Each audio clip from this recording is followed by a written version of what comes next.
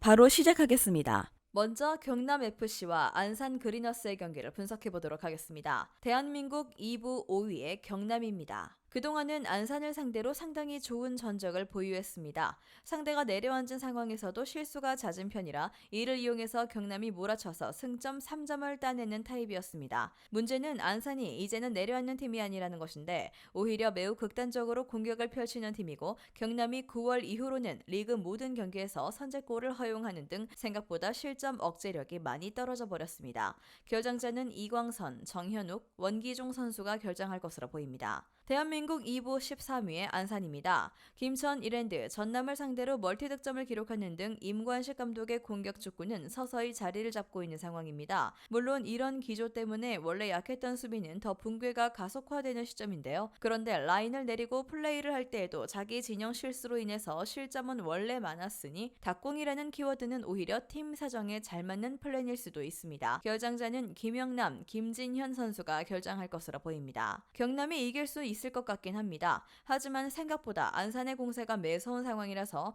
경남의 선제골 허용 비중이 높다는 점을 감안해서 2.5 오버를 픽하는 것도 좋은 생각이 될 수 있을 것으로 보입니다. 다음은 전북 현대와 포항 스틸러스의 경기를 분석해 보도록 하겠습니다. 대한민국 1부 4위의 전북입니다. 아시안게임 차출에서 돌아온 5명의 힘을 잘 보여주고 있습니다. 페트레스쿠 감독도 부임 이후로 가장 좋은 경기력을 보여주고 있다고 자평하는 모습인데요. 리그에서도 지난 라이언 시티전에서 보여준 공격적인 스타일을 유지할 것으로 보이는데 감독도 인터뷰에서 리그에서도 골을 넣어도 물러서지 않는 모습을 보여줄 것이라고 단언하기도 했습니다. 결정자는 홍정호, 하파실바 선수가 결정할 것으로 보입니다. 대한민국 1부 2위의 포항입니다. 우라와를 2대0으로 이기는 등 여전히 얇은 뎁스에도 불구하고 잘 해내고 있는 상황입니다. 하지만 세계대회를 치르고 있는 상황에서 이 경기에서 로테이션을 돌릴 수도 있다는 이야기도 서서히 설득력을 얻고 있는 상황입니다. 물론 2위 자리가 안전하지 않다는 점에서 로테이션의 폭이 넓지는 않을 것으로 보이지만 애초에 주전들의 몸 상태가 너무 좋지 못하다는 점은 유효합니다. 결장자는 김용환, 완델손, 오베르단, 백성동, 그랜트 선수가 결정할 것으로 보입니다. 일단 뎁스의 차이에서 생각보다 차이가 큰 상황이고 포항의 경우 빡빡한 일정 탓에 이 경기에서는 로테이션을 돌릴 가능성도 언론에서 예측하고 있는 중입니다. 물론 전북이 라인을 꾸준히 올리는 상황에서 포항이 뒷심으로 한 골 정도를 기록할 수는 있겠습니다. 전북이 유리한 상황으로 봐야 할 것 같습니다. 다음은 충남 아산과 천안시티의 경기를 분석해 보도록 하겠습니다. 대한민국 1부 10위의 아산입니다. 지난 경기에서는 적장이 아산에게 경기력에서 밀렸다고 평가할 만큼 좋은 모습을 선보였습니다. 하지만 외국인 선수들을 총출동시키고도 1득점에 그친 득점력은 여전히 발목을 잡는 모습인데요. 천안과의 충정 더비는 이기겠다고 다짐하긴 했지만 아주 흔들리는 천안을 상대로도 그동안 2득점 이상을 기록한 적이 없을 정도입니다. 애초에 그 당시의 천안과 현재의 천안은 가지고 있는 힘 자체가 다르죠. 결정자는 장준영, 이재성, 지연학, 조윤성 선수가 결정할 것으로 보입니다. 대한민국 1부 12위의 천안입니다.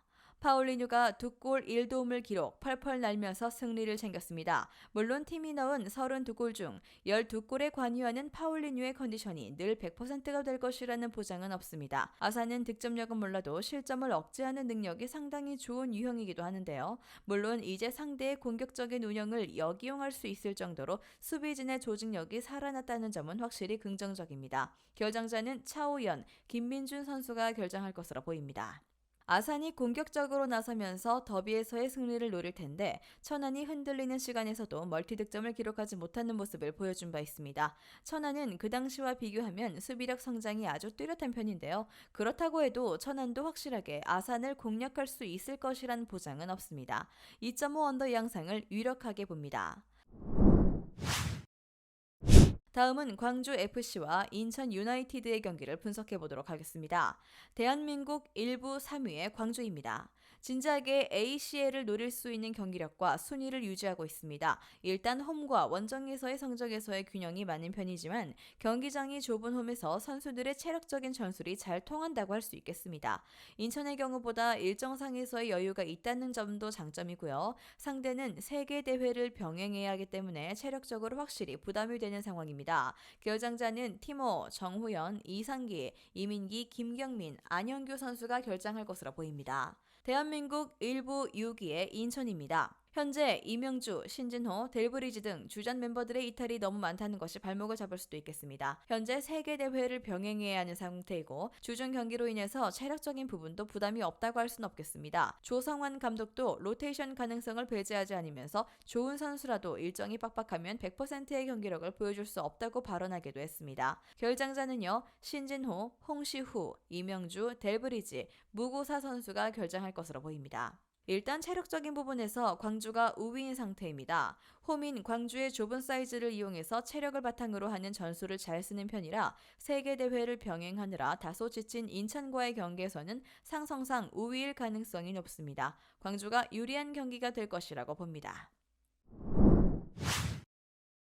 다음은 강원FC와 제주 유나이티드의 경기를 분석해 보도록 하겠습니다. 대한민국 1부 11위의 강원입니다. 지난 경기에서도 빈공의 아쉬움을 삼켜야 했습니다. 선발 명단에 대대적인 변화를 주긴 했지만 전반전에는 2호 슈팅을 하나도 기록하지 못했을 정도인데 그래도 후반에는 이 수치가 75%까지 올라갔고 상대의 실수를 저격하면서 결국에는 득점에 성공하는 등 의지력은 보여주었다는 점을 위안으로 삼을 순 있을 것입니다. 결장자는 김우석, 김정호 선수가 결장할 것으로 보입니다. 대한민국 1부 9위의 제주입니다. 강원 원정은 제주 입장에서는 지옥과도 같습니다. 김포로 비행기를 타고 간 뒤 강릉까지 버스를 타는 엄청난 이동거리를 소모해야 하기 때문인데 따라서 제주 입장에서는 체력에서 먼저 지고 들어가는 양상입니다. 애초에 섬팀이라는 특성상 원정에서는 아주 약한 타입인데 시즌 중반에는 원정 무패를 달리면서 내륙 체질이라는 소리를 들었지만 현재는 리그 기준으로 원정 9연패입니다. 결장자는 임창우, 김호규, 김주공 선수가 결장할 것으로 보입니다. 일단 제주는 이동거리가 아주 긴 강원 원정은 늘 부담스러운 매치입니다. 강원이 나름대로 지난 경기에서는 후반에 유효 슈팅을 늘리면서 적극적인 모습을 좀 보여주기도 했고 제주의 세부 전술이 생각보다 부족해서 강원의 수비를 돌파하는 것도 아주 쉽진 않습니다. 강원이 유리한 매치가 될 것입니다. 마지막으로 FC 안양과 서울 이랜드의 경기를 분석해 보도록 하겠습니다. 대한민국 2부 8위의 안양입니다. 안양의 최근 문제는 주전들의 줄부상으로 인해서 남은 선수들의 집중력이 떨어졌다는 점입니다. 이 때문에 지난 경기에서도 중원에서의 실수가 많아서 뒷심이 부족한 단점을 드러내고 말았는데 그래도 이랜드의 수비는 여전히 불안하다는 점을 노려볼 수 있을 듯한데 다득점과 친한 유형은 아니긴 해도 야구와 안용우의 활약상은 지난 경기에서 좋았습니다. 결장자는 홍창범, 브루노 선수가 결장할 것으로 보입니다. 대한민국 2부 11위의 이랜드입니다. 올 시즌에도 승격은 좌절입니다. 일단 공격적으로 전술은 짰지만 고질병인 수비에 대한 대응은 시즌 말미에도 치유되지 못했습니다. 사실 공격도 호난에게 공중볼을 주고 송시우 등에게 세컨볼을 내주는 아주 단순한 작업을 반복하는 등 세부적인 전술적 움직임이 부족합니다. 이런 단순한 작업에도 불구하고 공격에서 실수가 제법 많이 나오는 경우도 잦습니다. 결장자는 해난, 김민규 선수가 결장할 것으로 보입니다. 여전히 중원과 수비에서의 실수라는 변수가 있긴 하지만 상대 수비의 난조도 꽤 심한 데다가 수비 라인에서의 복귀자들이 돌아오고 있다는 점도 꽤 긍정적입니다. 지난 경기에서 안용우와 야구가 상대 수비를 헤집어서 득점력을 보여주는 모습은 충분히 증명했고요. 안양의 승리를 예측합니다. 영상에서 알려드리는 내용들은 모두 1차 분석 내용들이며 2차 분석과 최종 조합픽은 영상 하단 고정 댓글 링크로 문의 주시면 안내 도와드리도록 하겠습니다. 시청해주셔서 감사합니다. 아직도 혼자 분석하고 계신가요? 이슬TV 스포츠 정보방에서는 실시간 스포츠 커넥션을 통한 소통하는 관리 시스템으로 확실한 수익을 전해드리고 있습니다.